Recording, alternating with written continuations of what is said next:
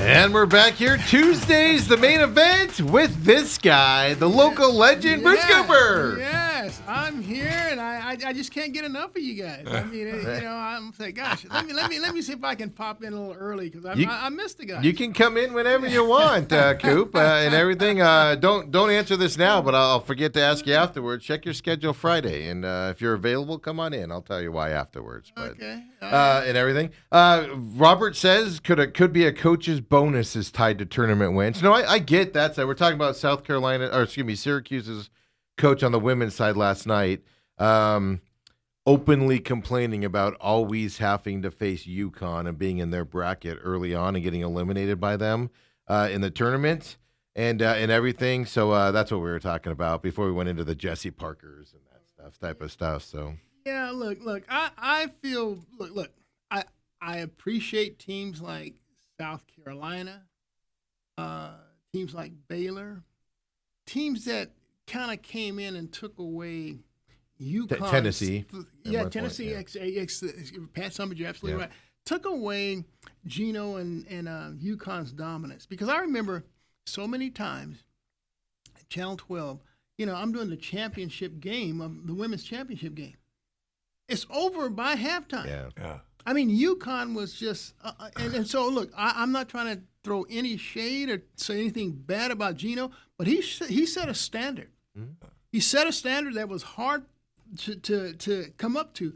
But my gosh, I give so much credit to these coaches on the women's side because I mean, LSU for a couple years. Absolutely, yeah. Look, LSU. I mean, UConn has been down for I don't want to use the word down because they're never down. That's stupid to say. They're down for their standards. Yeah. Everybody else wish they played that well. Because they're not winning those championships at the same frequency that they used to. And so I think that when we saw Caitlin Clark at Iowa, I mean, she's been the greatest thing that ever happened to women's basketball. And Iowa didn't even win that much, though. No. But I tell you what, she was the Steph Curry of women's basketball. Oh, yeah. She was phenomenal. Everyone wanted to be, that commercial, you want to be like Mike? Everyone wanted to be like Caitlin on the women's side. And I thought, and it's just great. I mean, I look at this WNBA CBA that was just ratified and passed. I mean, boy, you see the salaries that are now, the minimums and the max. I'm telling you, that is just phenomenal. The interesting thing on the WNBA salaries I was thinking about here, average salary last year was like $70,000, and this year it's going to be what, $500,000, something ridiculous. I thought the minimum was $300,000. It might be that now, but it's like maybe it's. But yeah, for $70,000 to $300,000, yeah. And but what's going to be interesting is expectations are going to be higher for these girls now in the WNBA. You're making more money, fans are going to expect more from you, and that stuff. It's going to be fascinating to see. And also, does that let other girls that have left the sport of basketball because they're like, I'm not going pro, there's not enough money in that, and I'm going to go do other things?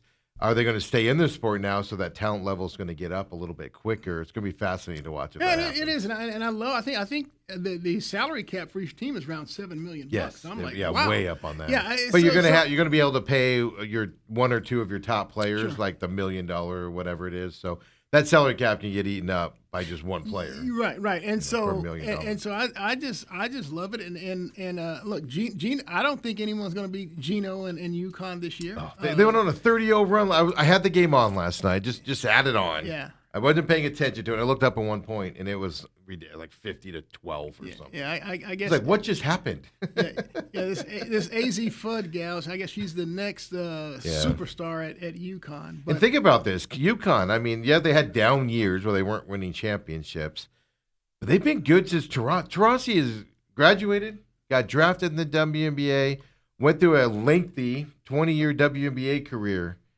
and UConn still basically is the team it was. And Gino's still there. My gosh. Yes. Yeah. Unbelievable. Look, I give that man a lot of credit. I mean, look, when you set the bar that high and then you force other universities to put resources into They put resources into that women's program, UConn does. If they don't still do the most, they're definitely still up there in the top two. Well, I was just telling Steve, the thing is that you look at it, and it's almost like, if you didn't know better, there are only 15 elite girls basketball players in the country, and they all go to UConn.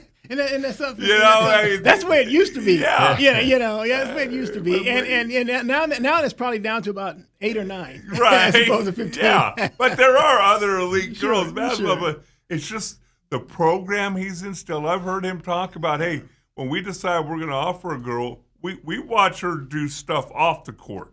Hey, we know you can play basketball. How do you treat your teammates? How do you treat your family?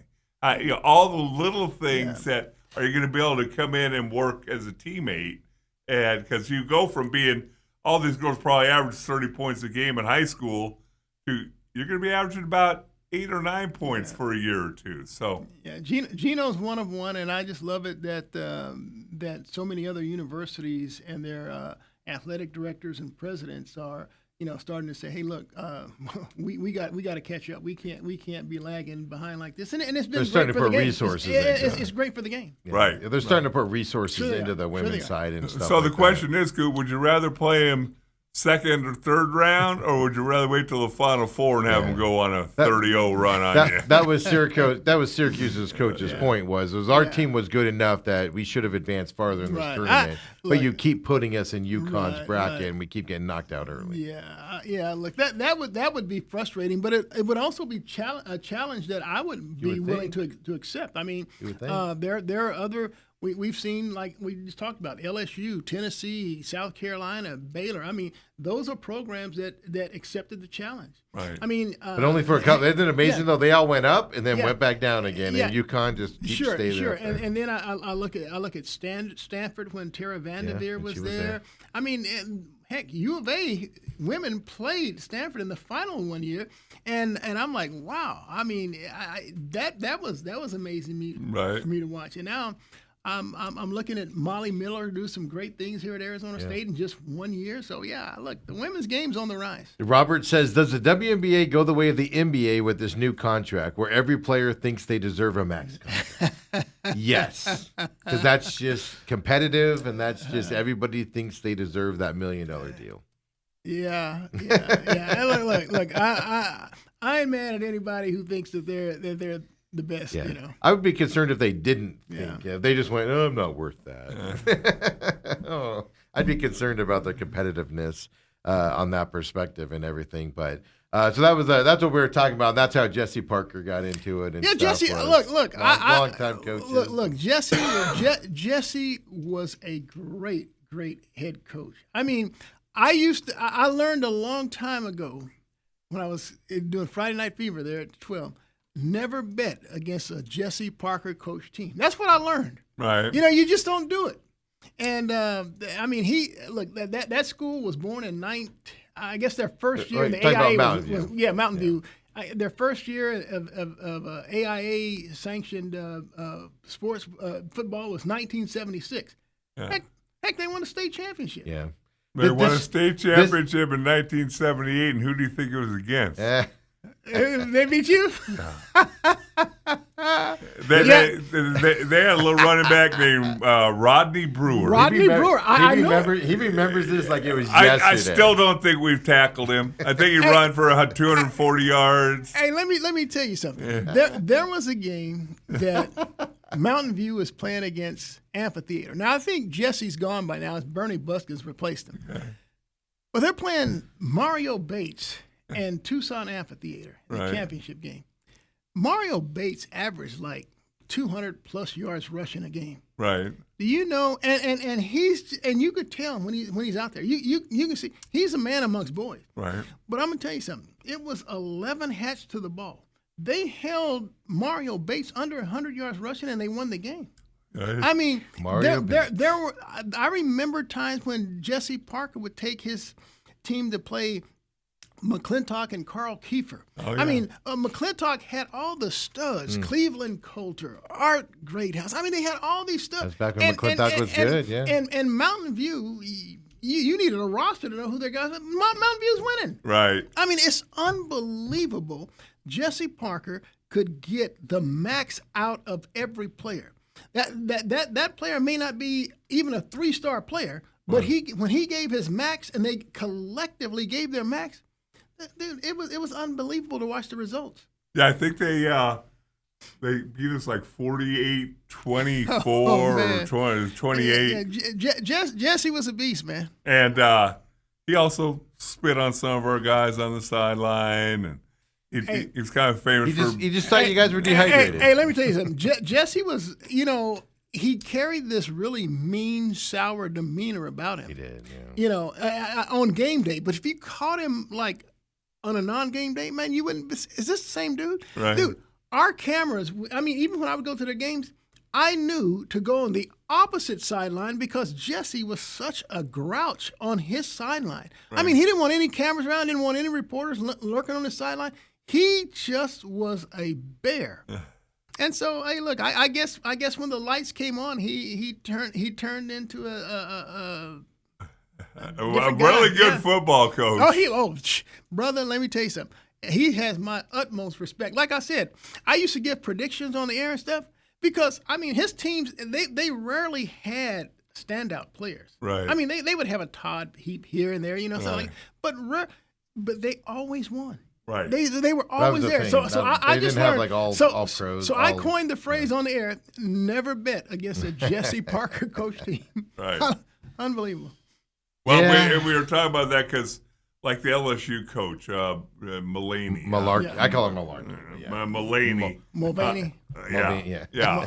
I call her Malarkey because of the shenanigans she does. Now Dale can't remember her real name. Yeah, but she's known for being a hard-nosed, tough coach. But yet, I saw one of her girls last game come out of the game for the last time, hugged her for like 2 minutes.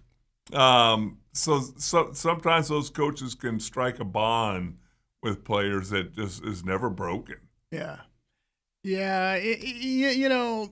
Look, I've been amazed myself at the players' loyalty. I mean, when you see a coach, and I'm going back to Parker, and you say, man, how can you play for the guy? And then they'll tell you, they'll run through a brick wall. Oh, yeah. Well, that's what we started with Jesse amazing. Parker. Yeah, it's amazing. Going to Dobson. Now, I was late in his career there with Joe Germain up there at Mountain View and stuff, and like you said, Todd Heap.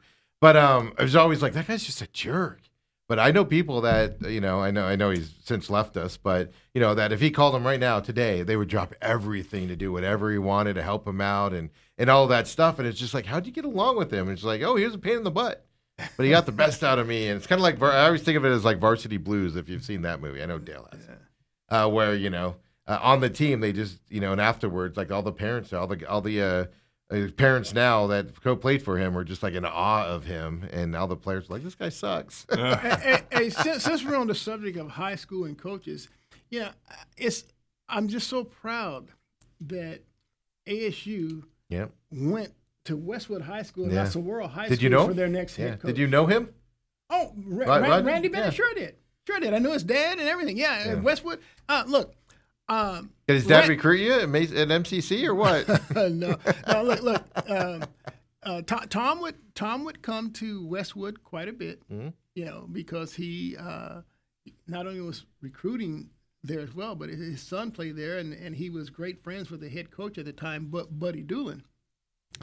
And Tom was a hard-nosed coach. I mean, he was a guy that was all about defense. I mean, if you didn't play defense, you couldn't play for him. Okay. I mean, that was his staple. Is that why he didn't recruit you? Yeah, probably so. I never saw a shot I didn't like. But at any rate, I competed against Randy in some pickup games and things like that, some summer leagues and things like that.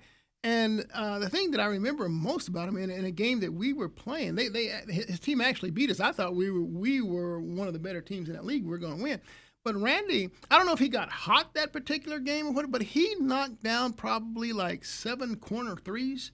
And we kept saying, dude, you can't leave this guy in the corner. But Randy, when he played at Westwood, was the point guard. So he wasn't a guy that was going to look to score a lot. I mean, he was just a heady, smart ball player. I mean, he saw the floor. I mean, his vision was uncanny. But you didn't look at him as a big time scorer. But man, that game he played us, I mean, he killed us from three. So look. it didn't surprise me at all that he went on to become a head coach. I didn't know he would become this successful. He's got a biology degree, folks. Well, That's look, what he got a biology degree. Well, look, he's has a great DNA from his dad. I mean, he knows the game. Yeah. Knows the game.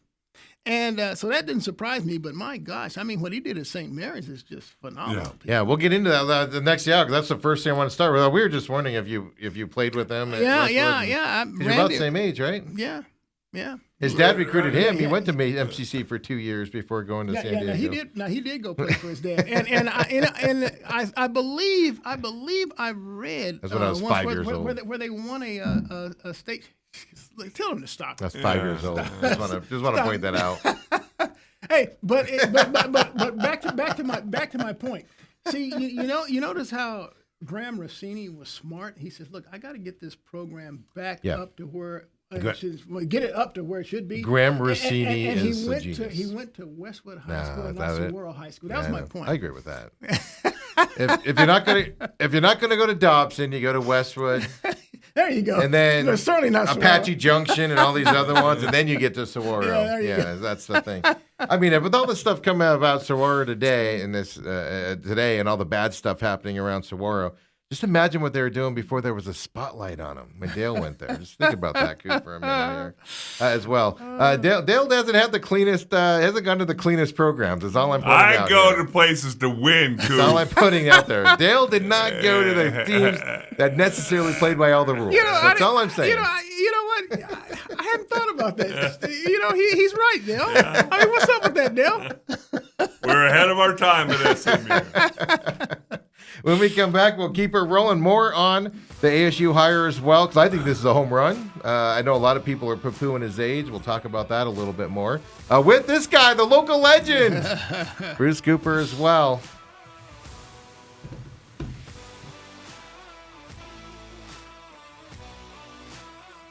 And we're back here. Second hour main event on Tuesdays means this guy, local legend, Bruce Cooper here, and this guy, 17-year NFL veteran, Dale Hellestrae, and then me.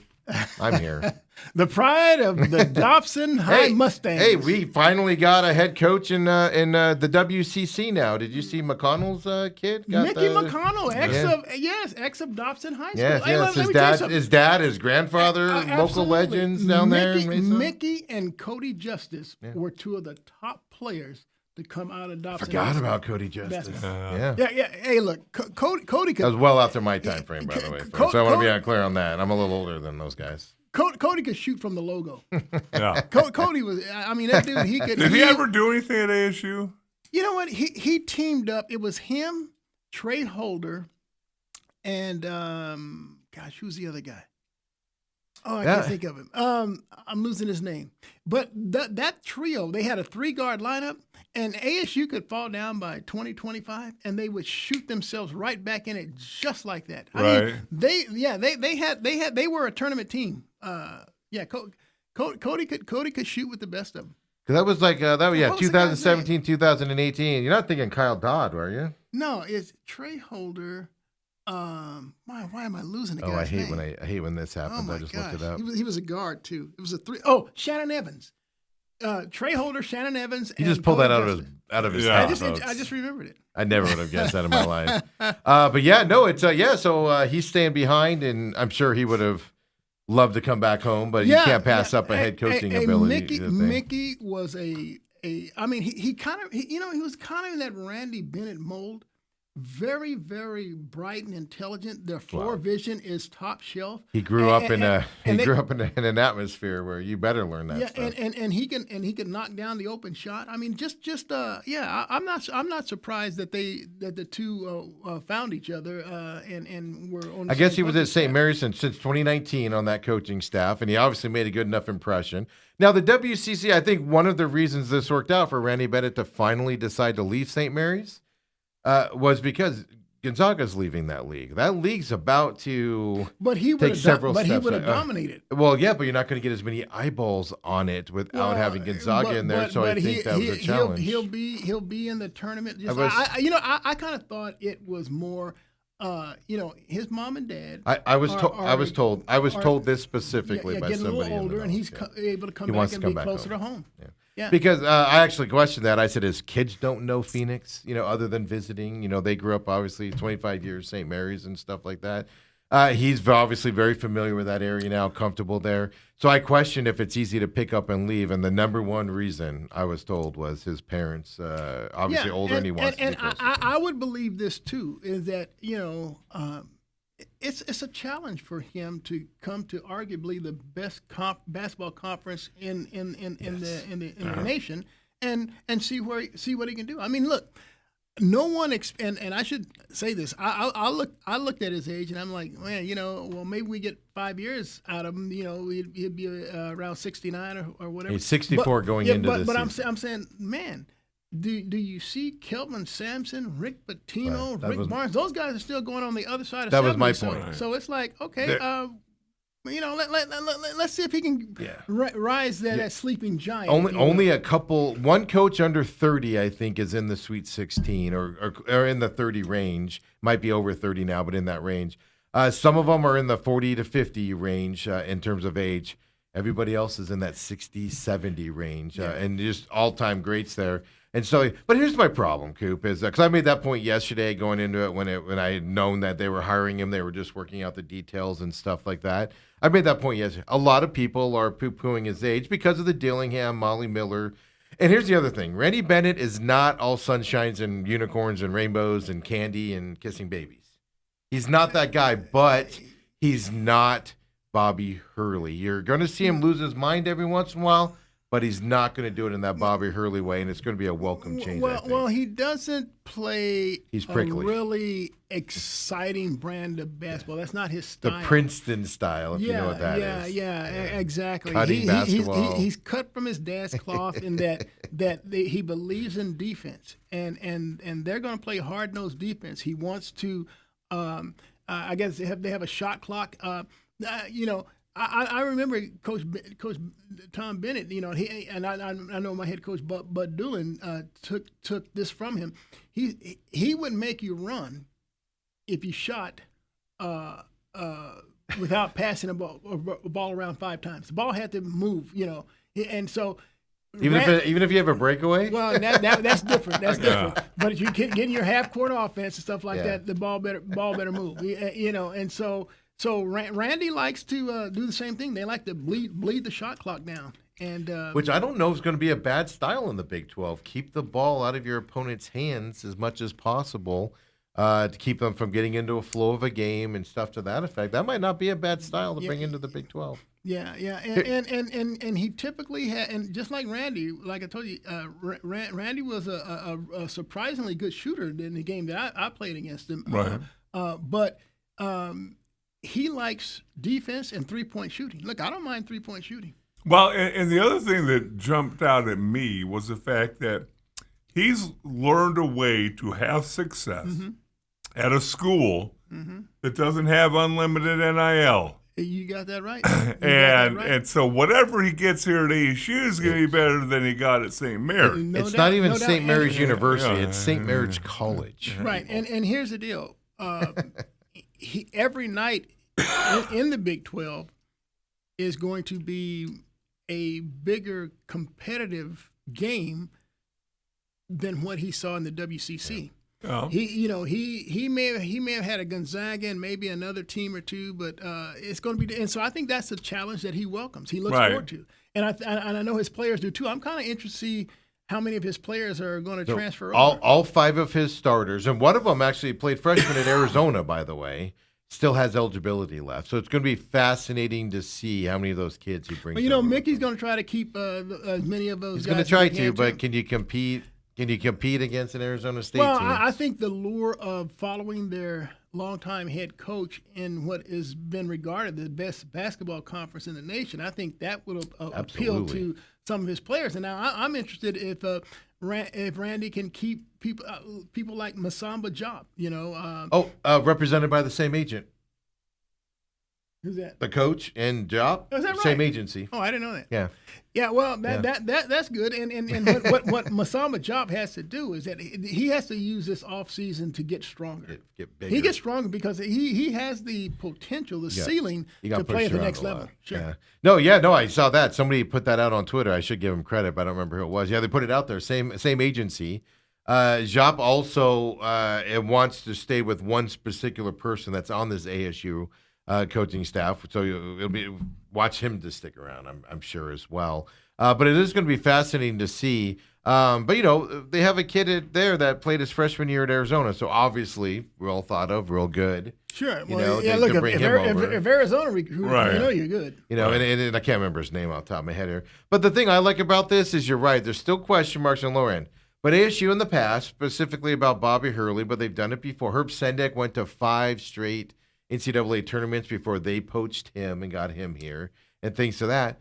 But generally, it's a flash in the pan. Like Bobby Hurley had 2 good years at Buffalo. Let's get him here, and he'll do good. ASU went and got, yes, they went to mid-tier, but they went and got, if not the most successful mid-tier coach, one of the most successful ones. And there's a history of him coming in. St. Mary's was trash when he got there. Mm-hmm. And he was always competing against who? Gonzaga, who has more resources, got bigger recruits, bigger name. Kids wanted to go to Gonzaga, stuff like that. And he always had success against them and did what he did.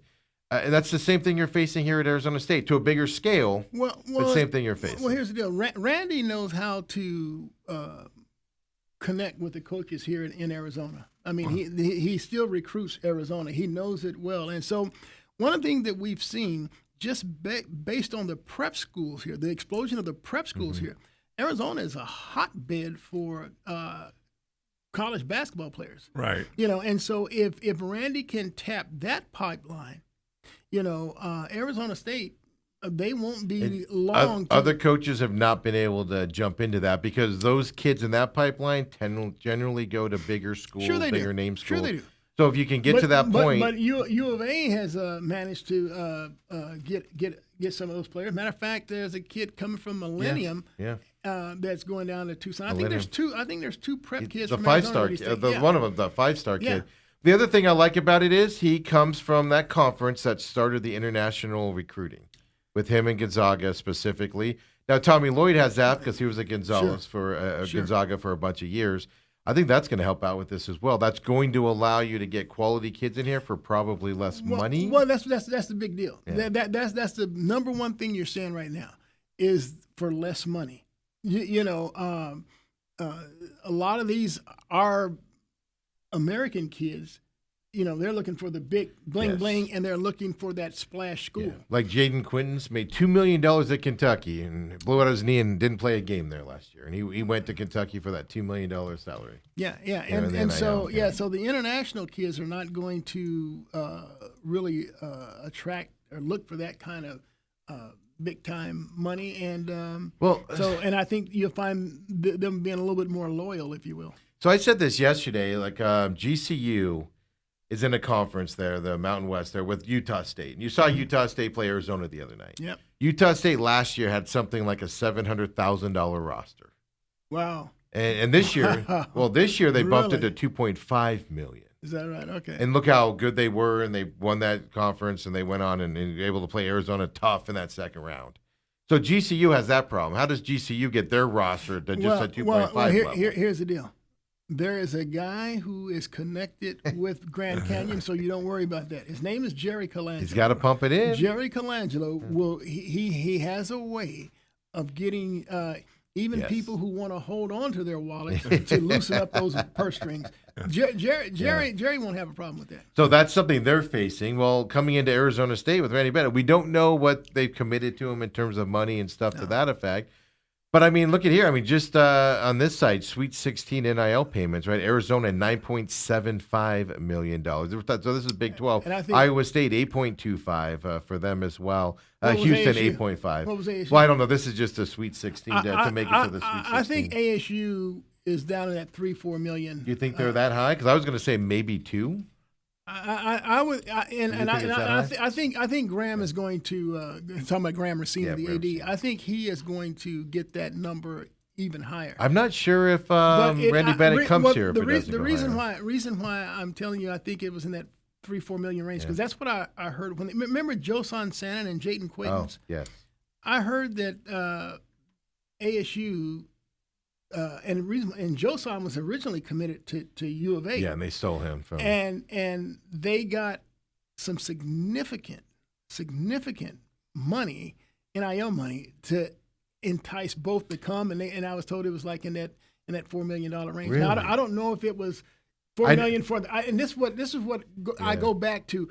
How many Was it years? $4 million for them collectively, or was it $4 million Yeah, total? yeah. You know, Well, I know maybe- James Harden's put big money into the NIL program and stuff. But I mean, already we know Arizona's men's basketball operating budget is $10 million higher Yeah. than ASU's one. So Well, that's just the operating budget without the NIL payment. Well, that has to change, and hopefully, because we look. I'm watching Texas Tech. I'm like, who the heck is this booster that is giving them all this money? And He's an oil guy. yeah, man, the football team was off the chain Yeah. with what they brought in money wise, and then the basketball, and even their baseball. I was reading something Yeah, about their baseball program's outrageous. no.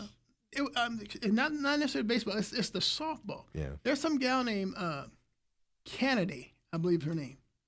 She pitched Texas Tech to the finals Yes. against Oklahoma, and so they were worried about Oklahoma stealing her.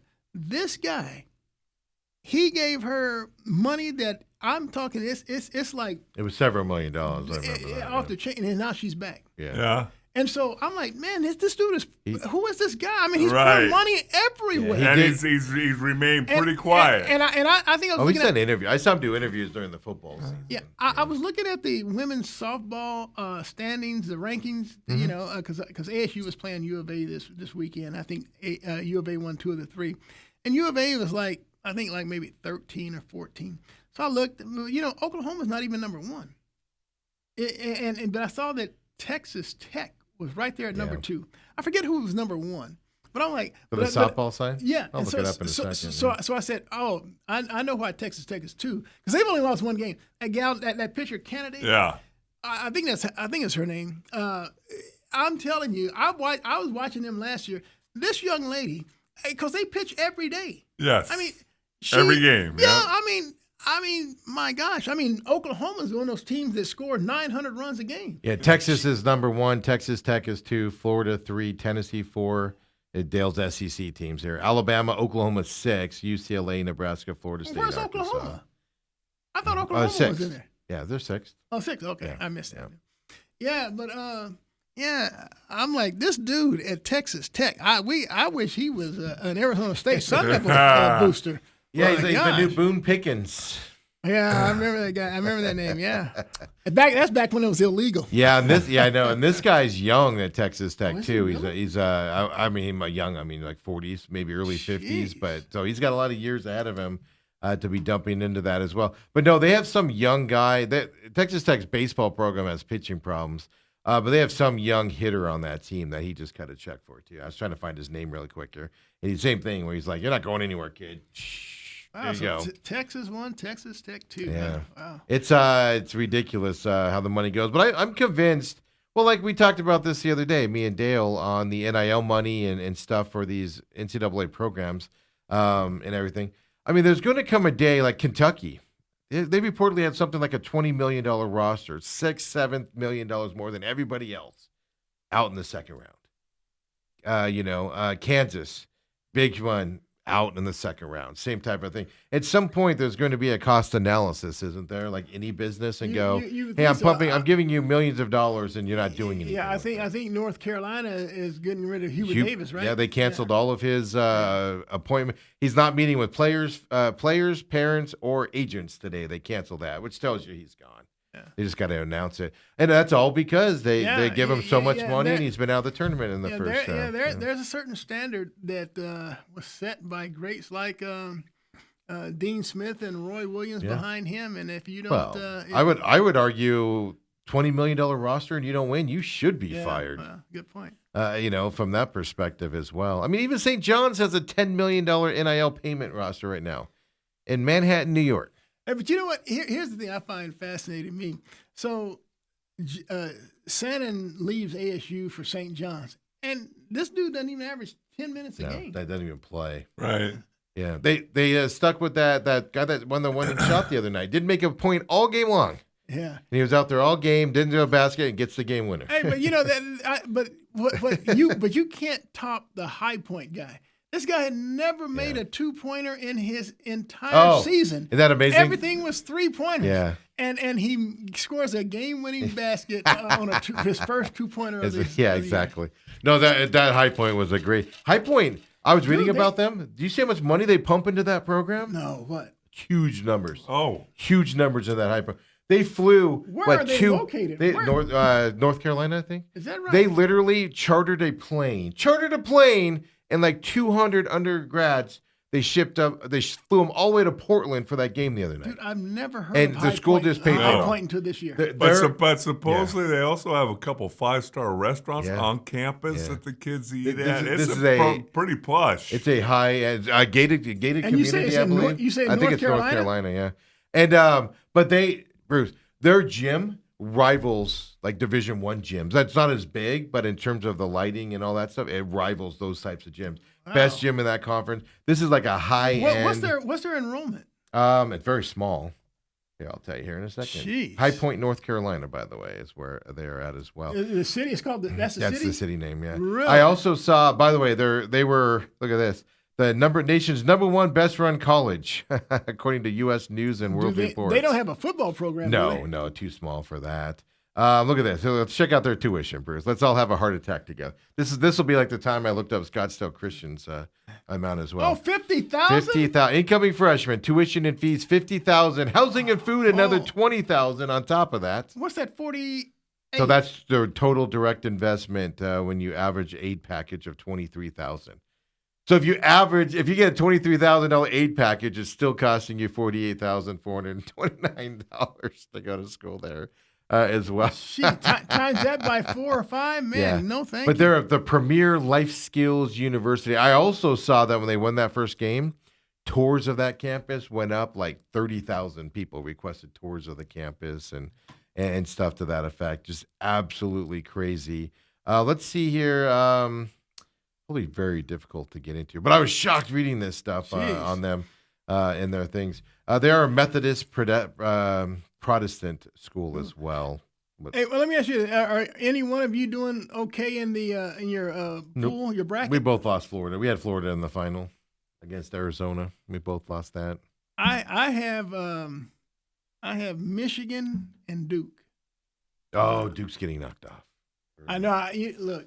I thought I have Duke losing to UConn. I think looking back at it now, I think Michigan State will beat Duke, and it could wind up being a Michigan Michigan kind of final. Yeah, Michigan State beating UConn then too. Huh? I almost pulled the trigger on that, I went UConn instead. I do. Well, you just never know with Tom Izzo and Michigan State. It seems like every other year, like when you think they're going to go, you pick them, they get ousted. I'm telling you that Michigan has a player that I would love for the Suns to get, but he's played so well now. Man, he's not going to be in the late first round. He's going to be up in the lottery. His name is Yaxel Lindenberg. I mean, I think he would be perfect for the Suns. He's like 6'10", and he brings some mass. But he can also shoot the three and put the ball on the floor and attack the rim. I just think he's the Suns. When they go up against teams that are bigger, the Suns don't really have that mass, or that brute guy that can. Right. And Lindenberg gives them a little bit more mass and muscle than what they have. I mean, their best muscle guy, honestly, is Dylan Brooks, and then the next one behind him would be a guy even smaller, Jordan Goodwin. I mean, those are two guys that play the most physical brand of basketball on the Suns team. Suns need to get tougher. So High Point, by the way, 6,000 enrollment there, and that includes 6,000. includes 1,000 postgraduate. Here's their arena. Wow, that's better than ASU. Yeah, I know it is. It is. It's ridiculous. Wow. That's That's the school where the guy didn't shot all threes and everything. Hey, what are they supposed to be doing to ASU this off season? The Desert Financial. I get confused because it's in stages. It'll all be done. They say in 2029. I don't remember what this off season is, or 2028. Oh, gee, that's even Couple quite a years. ways. Because they have to do it in stages during the off season, so you can't shut it. They're putting handrails in finally, so you're not falling down those stairs. All the old people falling down those stairs. But I don't know. I don't remember the stages. It's like the football one where I kept getting confused. I would think they it. need. Have you been to the locker rooms? Yeah, it's terrible, dude. I mean, even the media room. I mean, it's like, man, come on. I mean, so what kind of standards do you have, Coop? Huh? They didn't have baked goods in there. What's happening? The chef couldn't fit. Man, everything is cramped. Yeah. I mean, I remember Charlie Turner Thorne. We were doing a little thing with her. She allowed us to mic her up, not only for the game, but even go into do her pregame and her halftime with the girls. And I mean, just even trying to fit a camera in their locker room space to capture her and her dialogue. Right. I mean, it's cramped. I mean, it's like, man, this is our photographer. You know how they like to vary their shots and things like that. You couldn't even really move around and do that. I'm like, yeah, it's so.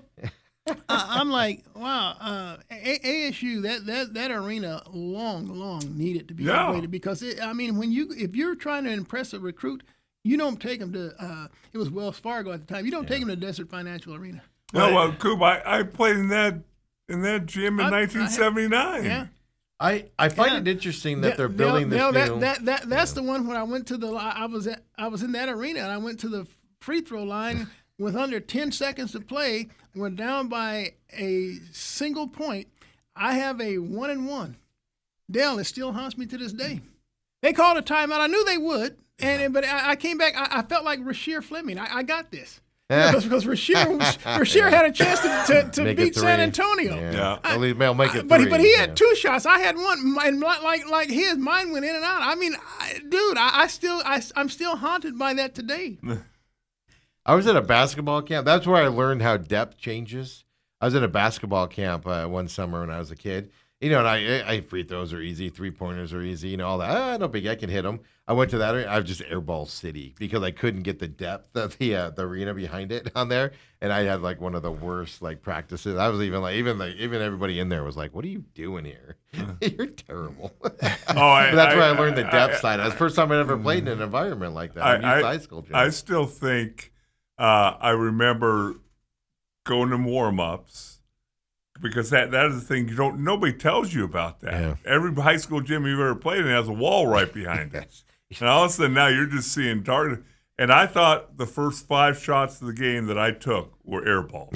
Well, they went in. Really? Well, let me tell you. Mine were air balls. And I think I shared this with you. I'm in warm-ups, and I told my buddy Kevin, I said, dude, I am so hot. I said, I got it tonight. I am so hot. So I knew we were going to carry a team. Dude, we won the tip. And so I still remember Joe Clark had the ball, and I'm like saying, no. I ran to Joe. I just got the ball from him, and I just immediately rose up because I knew, dude, I was hot.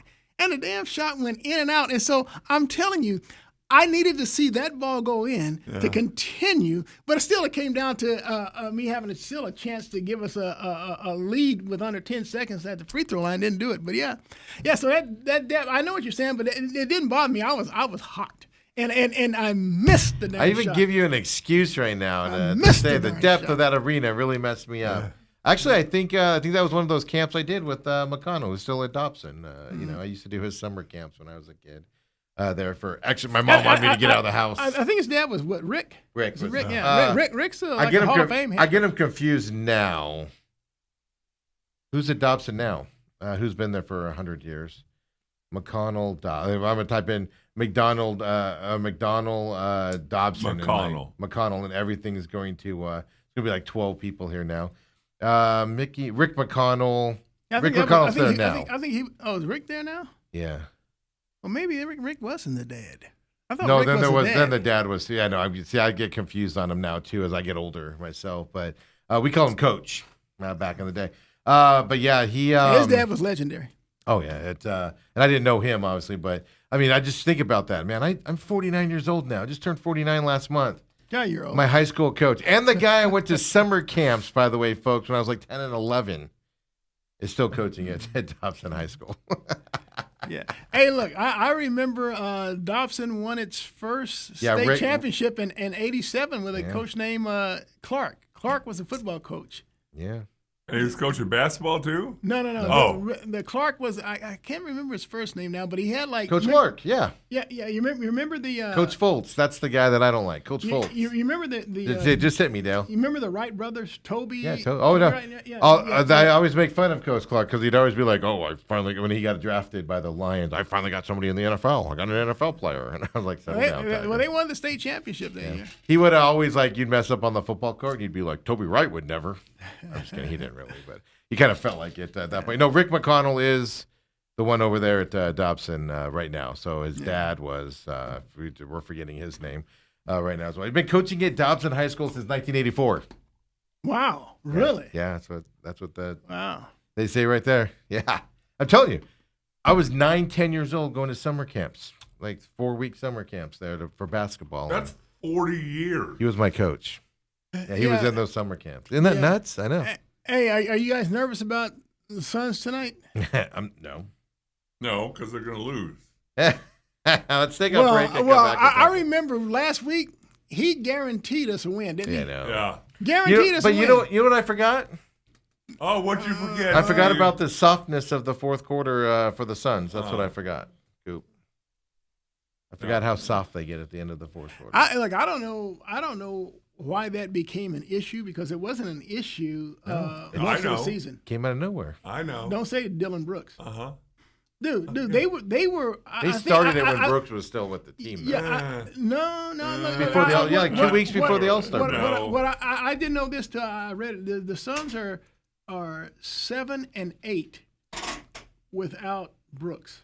Okay. So that means 15 games. But they also had a hard schedule in that time frame. Can you blame that? Like, you know, Yeah, but that 5-game losing streak, 2 of the losses. they would have. Well, they were losing in the fourth quarter.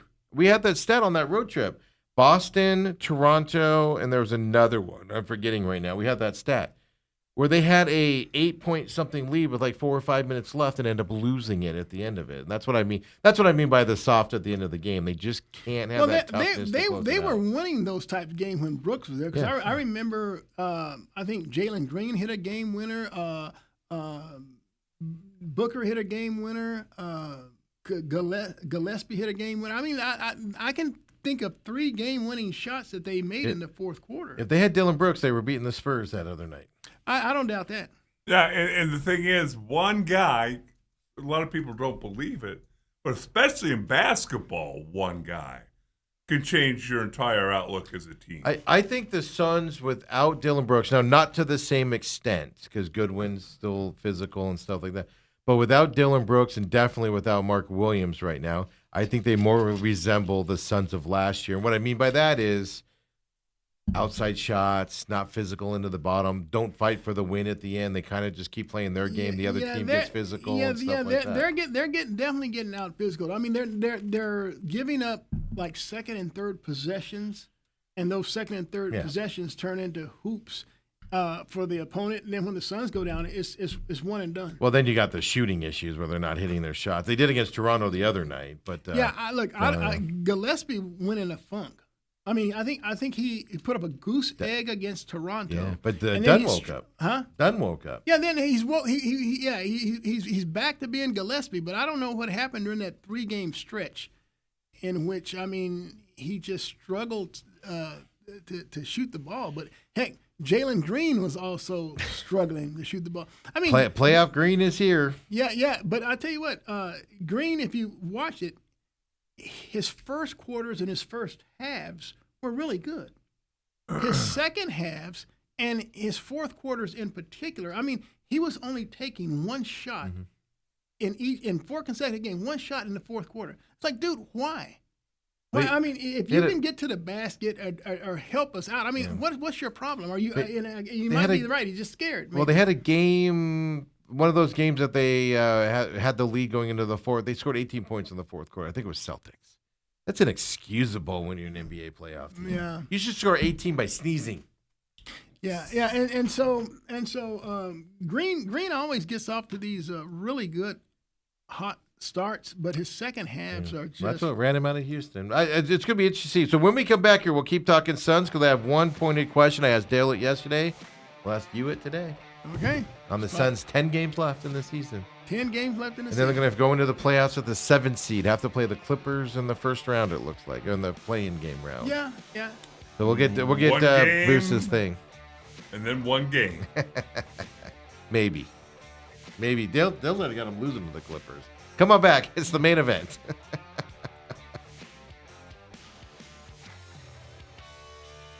And we're back here, main event, talking some Suns here as well with this guy, Bruce Cooper. That guy, Dale Hellestrae, 17-year NFL veteran. And then there's just me. Before we get back to the Suns, I do want to say this. Did you realize Randy Bennett had signed a 10-year contract with St. Mary's and he was in year 9? I didn't know that. Who does that? Well, Kansas did a lifetime one for Bill Self. But I mean, who sees the end of a decade-long contract? Bobby Hurley. Well, it wasn't 10 years, though. But they kept getting extensions. I didn't know they did that, Dale. yeah. How much money was he making at his peak at St. Ooh, Mary's? that's a good question. I have not seen that. That's a good question. But I saw the buyout was only $200,000. Yeah, well, because, last year. Because I think Bobby made 4 here. Yes, I think at the end. I made 4, so I would think it's a pay raise. I would think that Randy would come in at least at what Bobby left. St. That's Mary's my guess. St. Well, they Mary's said is $3 million here. Oh, it says $3 million. Yeah. It was a private school, so we might not know exactly, but according to Google here, they say approximately $1.34 million. Now, keep in mind it's California too. So he was only making $12,000 a year. So he's getting a big increase here. He's only taking home $12,000 a year. Well, yeah. Well, I tell you what. Well, then, Not only can he come back home to his. By the way, they say he's. Sorry, go ahead. You finish up. I was going first, to say, and not then- only is he coming back to his native land, but he's coming back to be home close with his family and make more money than he's ever made. Yes. Yeah, that's the thing. So he made $575,000 in 2019 at St. Mary's. Oh, 2019. Yeah, 2019, and then God. $1.34 million last year. Dude, so, really?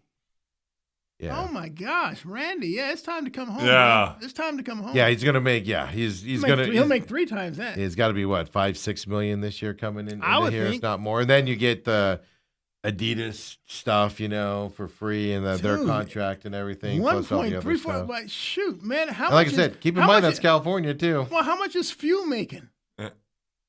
I mean, that. Oh, Mark, to get eliminated every year in the tournament. I mean, if Randy's only getting $1.3 million, I mean. 3.19 million according to Google right now. 3.1? Yeah. They're both private schools, so they don't report them. Gee, Mark 3.19. Few has been offered NBA jobs too. Dude, take the money. He could have taken Kentucky or Kansas or any of those types of schools too. He even and had did some it. NBA overtures. Yeah. I would have taken that 5-year guaranteed $35-40 million deal. I know Calipari did, Rick Pitino did, and they're back in college. So You can always come back, huh? So this says $3 million was reported back in 2020. So it's even 6 years old then. So he might be a little. I bet you it's not much higher than that. Being a small private school type of a. But he who doesn't love Spokane in the winter? Who? Right. Who doesn't want to stay there? Hey, what question did you ask Dale yesterday? I'm kind of curious with the Suns. What are your expectations for the last 10 games for the Suns leading into the 7th seed play-in game that they're the going to be last playing 10 games? The Suns are 40-32. I would suspicion they would finish 7-3, especially with Brooks coming back. So they Really? finish 47-35. They'll get a 7 seed. I do agree that they'll be playing the LA Clippers. Now the Suns only need to they get 2 chances to win 1 game. Yeah. But if you win that first game, they're a 7 seed and they Yep. would play the Spurs. And they played the Spurs really good all 4 times. Beat them twice and Did they lost. they got blown out one time, didn't they? Or am I thinking? No, I'm thinking Oklahoma City, right? Oh Where yeah, they played them Oklahoma close City. and Yeah, then and so lost that's why I don't want them to lose. No, they cannot be the and, eighth and then beat who's ever left from Golden State and Portland. Well, here's the thing: Clippers and Portland are they're half a game apart there on that. They're going to play either LA Clippers or Portland Trailblazers in that 7th spot. Portland's only a half game behind the Clippers. Are you kidding me? Yep, 21 games back for the Clippers, 21 and a half for Portland as of right now. Throw up the standings here for Coop here as well. What's the loss column? 36 and 37 for the Clippers. Kobe will throw it up right here for you on the big screen. You can see it there. So Clippers have 36 losses. Trailblazers have 37 losses. Wow.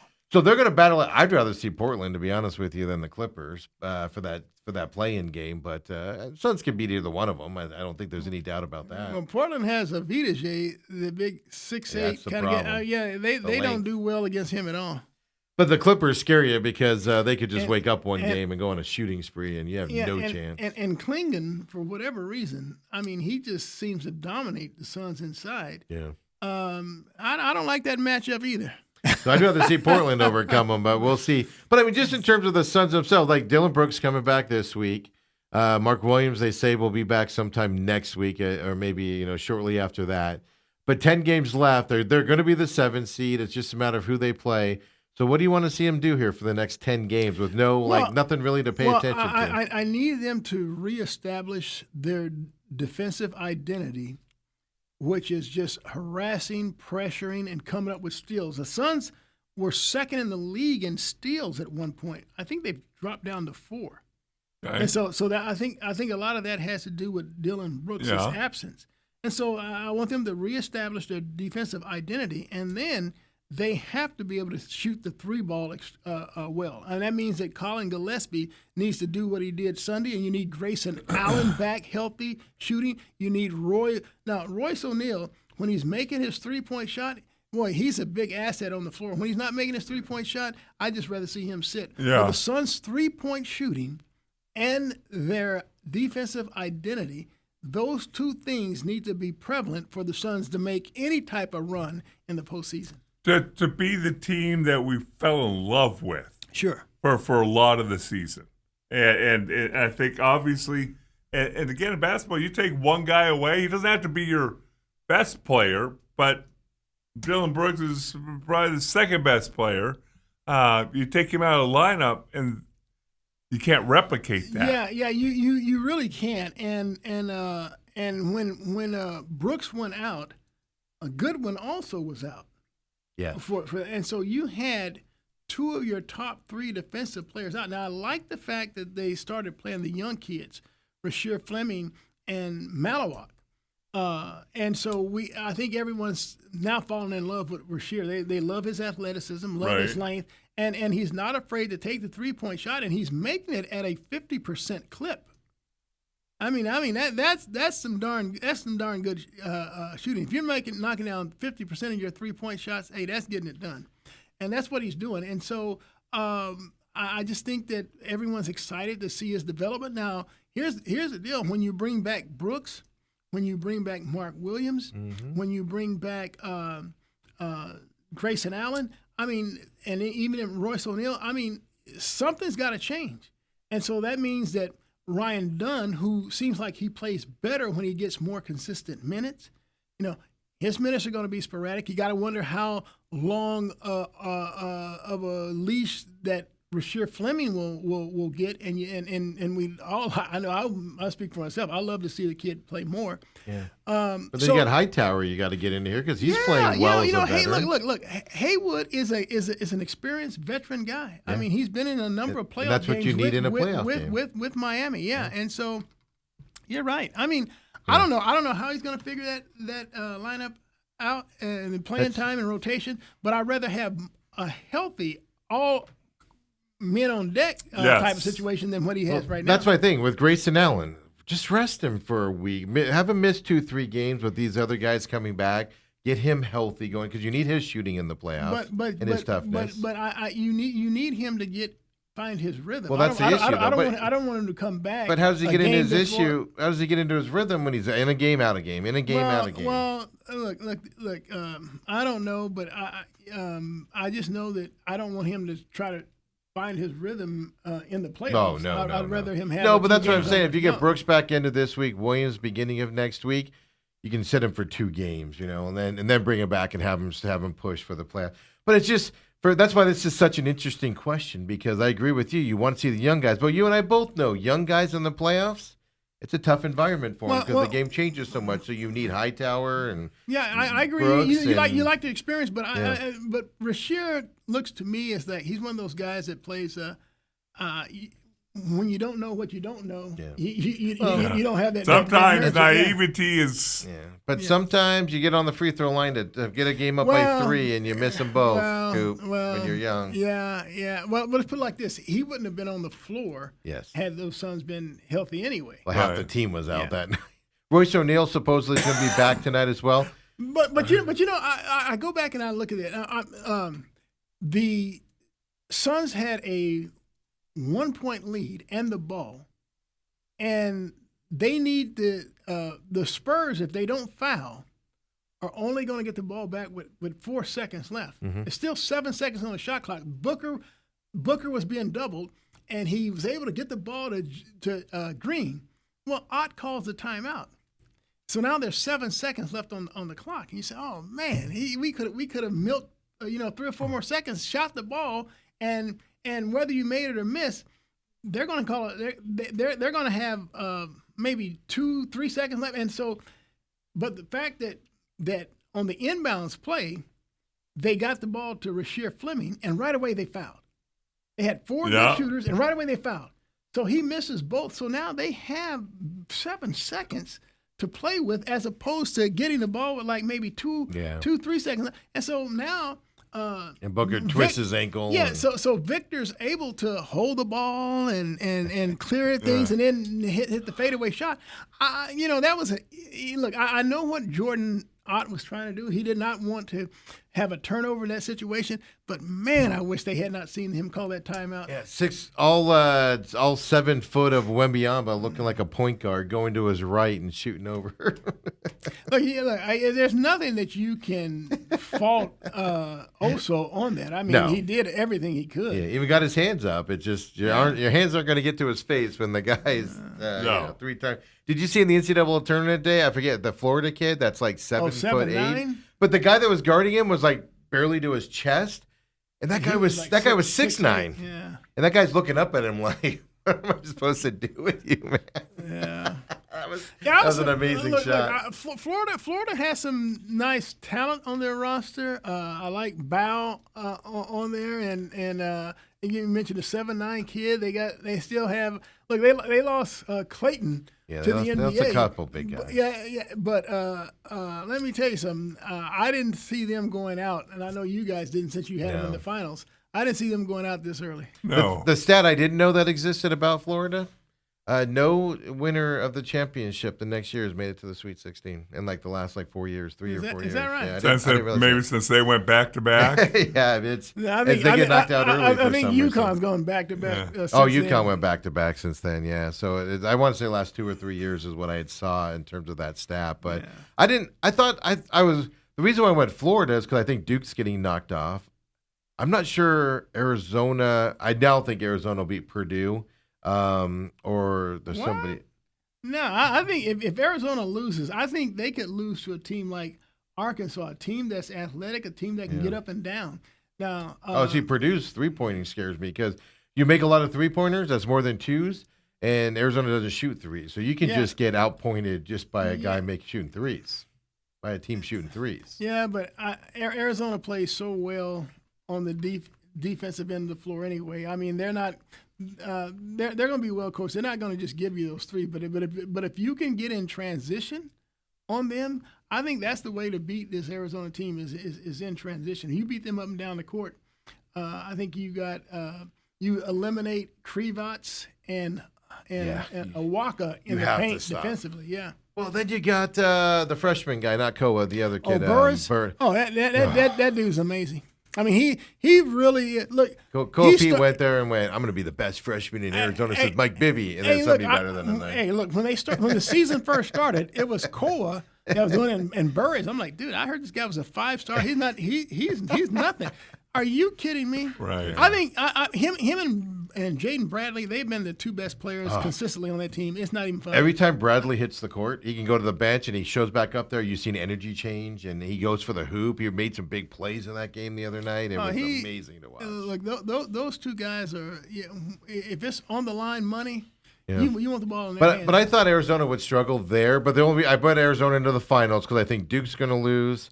And I think Michigan's going to lose before they get to the Final Four. I don't know. Michigan looks like the best team to me. Why are we even talking about this? Steve's going, I think this. He doesn't know. Look at his bracket. Look at his bracket. Iowa State's going to knock off on Michigan is what I'm getting at here.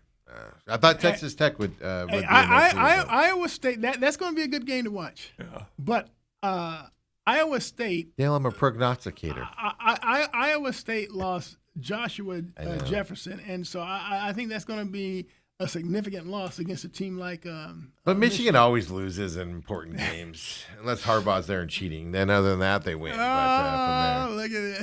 Hey, for the D-back side of things, we got some important things to talk about. One, I don't know if you guys noticed, but Lawler last night played left field. I did. All spring training long, he was in center field, and then last night they're like, "Hey, go play a position you're not familiar with over there in left field." What's up with that? Well, that's because your boy Alec has been playing in the WBC. So. Well, I get that, but that's been my question all along. What do you do? They got to get Lawler at bats. He's got to be out there. I thought they'd move Alec Thomas to left, but it looks like they tried Lawler there last night. Do you see that happening? Because I would rather have the young kid in center that's been practicing there. Well, here's the deal. Alec, he's been a Gold Glove finalist a couple seasons. I know last year was not his best at the plate or in the field, but he did have a lingering hamstring, I think, that kept him out for 2 or 3 months. So he was never able to be himself. The big thing for me with Alec Thomas, I love his glove. I love the way he plays center. Is he's got to be able to hit the ball, and I understand he's made some mechanical different swing, and it worked out in the WBC. He was hitting well. Yeah, we'll see. We'll see what happens. And Jordan Lawler, again, I want to see if he can be the Fernando Tatis. I mean, Fernando plays the corner outfields for the Padres, and he had been an infielder predominantly his whole career, and that's worked out well for him. So if Jordan can swing the bat, that's the key for him. Near as well as Tatis, then we'll be okay. It's even more important that Carroll, Lawler, and those guys hit, and Alec Thomas hit, because they've already conceded that their first and third baseman, they don't care if they hit or not because they're there for defensive reasons. Dude, so you need other people to step up at that point. I don't know. I was watching the game last night. And did you? Oh my God! Did you see this? Did you watch the game? Because I saw the scoreboard. That's all they talked about was the scoreboard. No, the game was on. Oh, you sure? Because all I saw was the scoreboard. Yeah. Oh, I see what you're saying. Everybody's hyping the scoreboard. Marveling about that scoreboard. Oh my God! Yeah. I swear to God, the scoreboard. Forget about the team. Come see our scoreboard. It's one of the 10 best. They put out a whole graphic on it and stuff. Yeah. Anyway, I'm making fun of everybody talking about the scoreboard. Yeah, I see what you're saying. But Santana, and it's my first time watching him this spring. Yeah. I'm like, dude, I was not impressed with his swing at all. No, he has a terrible bat. That's why Cleveland had no interest in re-signing him for any amount of money, and that's why you got him so cheap. Man, I would have spent some money on to get Goldie.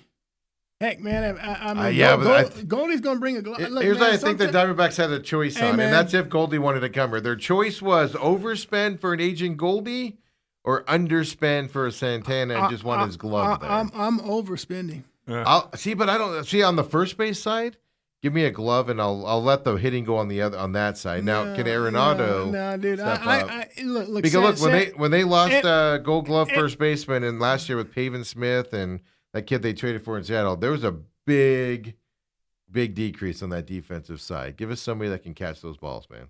Yeah, let me put it to you like this: Goldie was a Gold Glover when he was here. Yes. And he can also swing. Now, granted, the Yankees probably. Granted, it was only one game that I watched with Santana. I didn't even know he was a switch hitter. You're gonna hate his bat because he's too old. What is he? 49? I think he's my age. Yeah. You're gonna hate his bat. He does not hit well at all. And that's when they signed him. They said, we don't care if you can hit or not. You're here for your glove. Well, that's my point. You need these young guys. There can be no more Lawler 0 for 19. because you're going to need that bat because you have two guys. Now, I do think Arenado is going to hit well this year. I don't worry about Hernandez. He's going to. He's not going to be as from 5-10 years ago that guy, but he's going to hit well in this. Yeah, Arenado, I think he will hit anywhere from 25, 35 home runs, and he's going to get you. Really? He's going to get you somewhere between 90 and 105 RBI. The big question I got is last night, Coop, roof was open. Does Ketel Marte make opening day with that wind and that sun last night? Is he's going to need a break here coming up already? I know. I'm never going to let it go, Dale. No left-handed relievers, Coop. Yeah. Can you believe this? Look. Let me tell you something. I used to argue this with some of my buddies all the time. They'd always talk about you have to have a letter. You don't. I mean, they'd get into this deal about lefty, righty. I said, dude, I just want someone who can get someone out. I don't give a rat's behind if they're left-handed or right-handed. Just give me. And I said, and right now you're forcing a player onto the roster because he's left-handed, but he doesn't have the same type of quality pitches as the right-handed. I said, I'm not about that. But that's analytics. So we would argue that point all the time. You have to have no, you don't have to have a left. It's analytics. That's analytics there, which is interesting because what does Torre always say on his closer role? We're gonna go off situations. What the situation commands. It's gonna be interesting to see. Does that mean the Diamondbacks aren't going to rely on the analytics as much in those late game situations? Well, I don't know how these current guys are going to work out, but I do know that AJ Puck is supposed to be the first pitcher back. But I don't think it's still end of June, beginning of July still. But he's the first pitcher back and out of Burns and Martinez, and so he's a lefty. Yeah. Because the other lefty, not Seawald, the other guy, Sal Frank, obviously out for the season with a shoulder injury or whatever he has. And Brandon Garcia, who they got in that trade. I'm not opposed to the concept of not having a left-handed pitcher. I think it's dumb. I think you should have one for situational stuff. But at the same time, I think it blows a narrative. It'll be interesting to see here because the narrative around this Diamondbacks team is we need to go by situations. And they're taking that out. Now it's who do you think's hot enough to come in here and be able to pitch and get a guy out regardless of where it is? The old school way of doing it. Well, look, I go by that same principle that I have with the draft. I always say you take the best player. You don't force value. So I don't want to force a pitcher onto the roster just because he's left-handed. If he's not throwing at the same quality as the right-hander, I'm going with the right-hander every time. Yeah. I really am. Now, the rest of their bullpen, just standard. I call them aging guys. These guys are going to get tired here if they have to rely on them a lot here early in the season. So it's going to be fascinating to see what the Diamondbacks do with this bullpen. It's no question to me after watching last night. It's no question to me that Seawald is going to be the closer. Yeah, that's what I said earlier. Go, Paulie. He's afraid to announce it because of the backlash. But, I really believe in his 7, 8, 9, he's going to go Ginkel 7, Ryan Thompson 8, Paul Seawald 9. We shall see. Hey, we can't let Coop get out of here without an updated draft stock thing. I mean, I'm seeing all these new mocks. New mocks. And my mock is still the same. And Jeremiah Love is the guy. Without question. I saw, since you brought up Jeremiah, really quick, Robert says, Torre is embracing the reverse split on the right-handers in the pen. I saw Torre try to explain this yesterday. Made my head hurt. It's ridiculous. Just throw a guy out there that can throw some pitches and get guys out. Yeah, this reverse split thing. He says, like the closer role, Hazen is a left-handed reverse, is what Robert says. Yeah, it's just that's the thing about the Diamondbacks so they're trying to explain why they have no lefties. Well, we're going to do this reverse split on the right-handers, and that's when a guy looks at the sky on the left. It's like you're over-explaining it. You're over-explaining it at this point. What the heck does that even mean? I'll play it makes your head hurt, Coop. Yeah. It's just like they're always constantly thinking they're smarter than you. But the new thing on Jeremiah Love I saw yesterday in a mock draft, Cowboys trading up to 2 to take Jeremiah Love. That's what I saw. Trading up with the Jets? Yeah, on an ESPN mock draft. That was a big headline yesterday. Well, I saw something the day before that said Cowboys trading their 2 first-round picks to the Cardinals for number 3. For number 3? Yeah. To get Jeremiah Love? Yeah. Oh, well, all right, so there you go.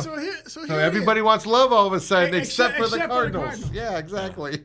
Is that right? I didn't. Yeah, I that didn't was the see thing that. on Love Line. I saw that, and I normally don't look at it. I saw it, and I went, oh, Coop's in tomorrow. I'm going to keep that one here. Love to the Well, Cowboys, and pick well, number 2. Well, I tell you what, it would tee me off. But I tell you what, I would take what I would do is I'd immediately start taking a number of Dallas Cowboys in my fantasy football draft because he's gonna make CeeDee Lamb better. And not open up- Perkins. What's his name? Pickens. Yeah. Well, they got to sign Pickens. They got to sign him, yeah. Did you see what JSN signed for the other day? I did not. Well, with Seattle? No. 42 point something million guaranteed A over year? 4 years. Over 4 years. 4 years. He averaged $42 million a Yes, year. Dude, yes, stop it! There's yes. no way he averaged $42 million a Yes. year. That's what receivers go for. Yeah. Dude, Dale, look. We need to stop and slow down and make sure that you're on the same accord. Yes. You're not It starts with a 4. It's a $168.6 million contract over for 4 years. Oh, that is $40 million. My gosh, are you freaking Yeah. kidding me? Here's the thing that I thought of when I saw this. Jackson Smith and Jigba? Yeah, here's the thing I thought of. See, that's Car- Jefferson. I'm sorry, but that's Justin Jefferson and Jamar Chase kind of money. Yeah. Yeah, and here's the thing you got to do here. That's the going rate for star receivers. Boy, do the Cardinals need How are Marvin they going to Harrison re-sign? not. How are the Cardinals ever going to re-sign Marvin Harrison? They need him to not learn how to catch this year because they're going to have to pay $40 million for a receiver My if he has a God. good year this year. And so Pickens now will see that, and they'll. That's where the Cowboys, I think, messed up in this whole deal. Was it's a They should have it's a signed him tag. before They this. should have signed him. I don't get why these God. teams. I thought the same thing with Kyler Murray when the Cardinals were arguing with him. They went up because other people were signing while they were arguing with them, and then they have to sign them for more. No, sign them the second you can. It's going to be cheaper than if Jerry you wait Jones 4 is months. famous for that. Yeah, and it's just like, what are you? Well, that's the thing.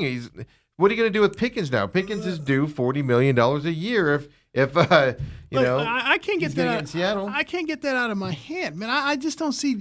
Look, Jackson Smith and Jigba had a terrific season. I'm not trying to take anything away from him. Don't You know, dismerch him on that but, offense. No, but I'm not going to do that. This he was all that. But dude, You're making me defend the Seahawks, Coop. Dude, he's not Justin Jefferson. He's not Jamar Chase. Those are the elite of the elite. And he just passed Jamar Chase too. Yeah, dude. By $2 million. I'm stunned and blown away by that. Yeah. I really am. So $120 million guaranteed as well. On top of that. Well, so. good for him. Hey, but, dang. you owe me a dinner, buddy. When you come next time you come down from Seattle, just send me your private plane. I'll come up and see you in Seattle as well from that. So, buddy. Wow. So, that's interesting. So the Dallas Cowboys have, and so if I saw that in a mock draft if yesterday. you saw one with the Jets moving up to 2-1 with the Cowboys you saw moving to 3, Cowboy, yeah. Cowboys and Jets. Look, someone is throwing this out. somebody's feeding that information to somebody. That's It's lying. just season. not them come off the seat of their pants there. No, but if you think about it, I hate to admit this. Love on the Cowboys, And be awesome. pretty spectacular. I just don't know how the Cowboys can do it with Pickens' issue, with him having to be signed, and then adding him on. I know it's a lower contract, No. but they already have a pretty decent running game that they're getting better with. The offensive line needs more help. So I don't know. Their running back was the guy they got from the Yeah. Denver Broncos. Yes. Was it Williams? What was his name? No, it's Williams, right? Well, they just re-signed him Yes, too. The yes. Cowboys did. Well, they need a 1-2 punch anyway. No, I get it. Yeah, I think that'd be a phenomenal move. But I but- think that's why everybody's leaning. Yeah. But those people are feeding. It's lying season. We're 1 month away from the draft. No, it's officially but, lying no, season. No, there's some. Look. Let me tell you something. Jeremiah Love, he's explosive. He's dynamite. He's a playmaker. I mean, he can take it to the house from any spot on the field. I mean, if you can find that type of player, you take him. Javonte Williams. I couldn't think of his Javonte first Williams name. is right. Yeah. Hey, last thing I got for you, Coop, here. ASU Pro Days on Friday. I saw something yesterday that kind of concerned me. There's no way this is possible. And I saw it from somebody that I would verify it before I did. Do you think Jordan Tyson's hamstring is still a concern? I would hope not. Well, somebody said, maybe saw the same thing you saw. Somebody maybe there was floated a it. setback. Somebody floated that the reason why he didn't do it at the combine and he might not work out that much on pro Well, day if is he doesn't do because his of his pro, hamstring. if he doesn't run and work out in his pro day, he's going to drop. Yeah. Yeah, and it's not somebody He's that gonna- it's not Chris Cartman, it's not Devil's Digest, it's not one of those guys. Look, it's But somebody floated that as Jordan Tyson might not participate in pro day this Friday because of his hamstring. it's not uncommon for first round picks to bypass the combine. the combine. And he and did do all the he did pro day. weight. He did the weightlifting, but that was Yeah, it. and so if he doesn't run at his pro day, Mm-hmm. that's already a now. And look, I know that when he was up in Indianapolis, that he had to go through the medicals. Yes. You and so if I didn't hear any red flags coming out of it. Out of the medicals that he took, and I know a lot. Would you? I know a lot of people try to keep that stuff private anyway. Teams have to but keep that private. but at any rate, they'll already know then and during those medicals what his condition is now. And so if he doesn't run this pro day, I promise you, he'll be lucky if he is a first round pick. Yeah. Yeah, it just floated across there. It's not somebody that I would rely on as a source or follow up with and ask questions about, but it was floated out there, and I was just like, Somebody said that there was a setback. Dude, they flat out said he's not going to participate that much in the Yeah. pro day on Friday, is what they said. Well, he's going to drop. Yeah. Then it's all about. How do you think Sam Levitt's going to do on the pro day? Sam won't even be here. It's a joke. The quitter. Yeah. He would have quit in the middle of it. Yeah, well, let me tell you something. I think I shot in there, too. I think pro day will be big for Keyshawn Elliott. They're the only big school on the Friday too. That's interesting because like you got Alabama, Texas A&M all going right now, and then Friday Arizona State's the biggest school all by themselves. I'm just looking at the athletes. I think this pro day is huge for Keyshawn Elliott. I think right now he's carrying like maybe a 6-7 round grade, but I think he's a fourth round talent. So if he can do well at his pro day, I can see him shooting up to maybe a fourth round pick. So I think it's a big day for him. Yeah. You expect Abney, Chenahua, and Who's throwing to the receivers? Is it going to be Sims? I'm assuming. I hope not. He's not. He'll make you look bad. He's not an accurate thrower at all. I think they can use one of their current guys like maybe Boley or even. No, did you see Dreyer throwing at spring practice the other day? No. I'm telling you guys, I was at the Sun Bowl and I was whatever it was, 6 rows from the field, and Dreyer was standing there. I'm telling you, man, this guy is huge. And I saw him just standing there and throwing deep bombs. It was yesterday or the day before, and just casually throwing the ball 40 yards down the field.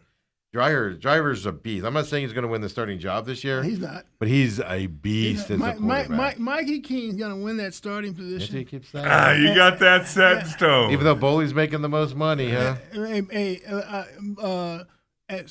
I know this much about Dillingham. He's going to play the one that gives him the Absolutely. best chance to win, and that's going to be Mikey King. Yeah, so Wednesday you got Alabama, Arizona, Ohio State, and Texas A&M with their pro days. Thursday, Texas Tech. There's other schools, but these are the big ones.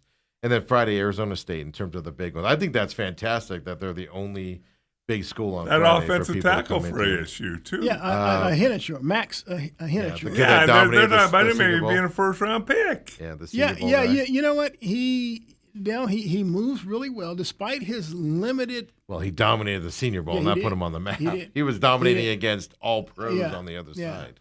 Yeah, he really did, and that's what it had. But despite his limited, I think he started playing as in junior high school. Yeah, No, he started junior late. college. Yeah, Junior so he college. started late. Junior yeah. college. He's So he followed a junior college coach knew one of the ASU coaches and said, "Take this kid." And so he's been a starter for 3 years. Yeah, I'm trying to think. I told you who was favored to draft him, and it was because he was going to sit behind. The Eagles. So they were talking mock drafts have him going to the Eagles.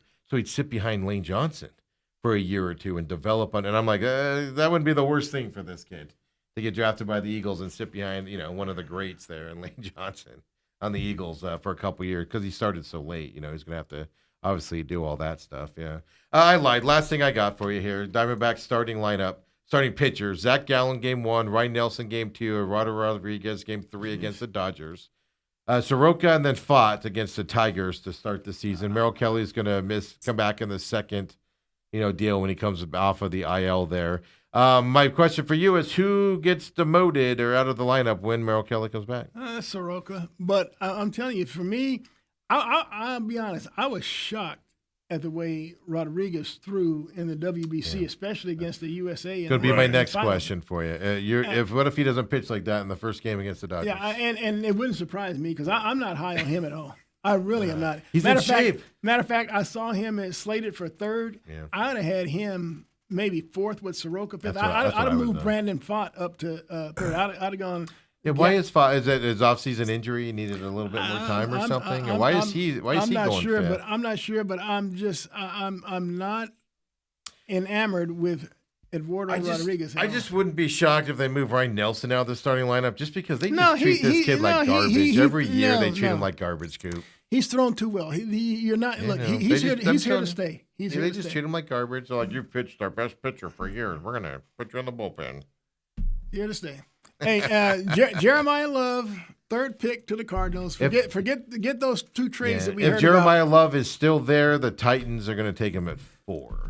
Well, let me tell you something. It wouldn't shock me if someone did move up and the Cardinals. We're seeing a lot of heat now. Like I said, it's lying season, but we're seeing a lot of heat on people moving up specifically to take him right now. So it'll be fascinating to see. It wouldn't shock me if somebody does it. To be honest with you, we're going to do the draft show coming up too on that Thursday night. So come and join us on the opening night. We'll have more info on that coming up as well. Coop, as always, thank you. I enjoyed it, fellas. Enjoyed it. I know it keeps coming back, folks. Yeah, even earlier and earlier. Dale must be doing something trying right. to fit a word in edgewise, and Steve said I'm coming 20 minutes earlier. Indeed, Phil. See you later, everybody. Have a good one.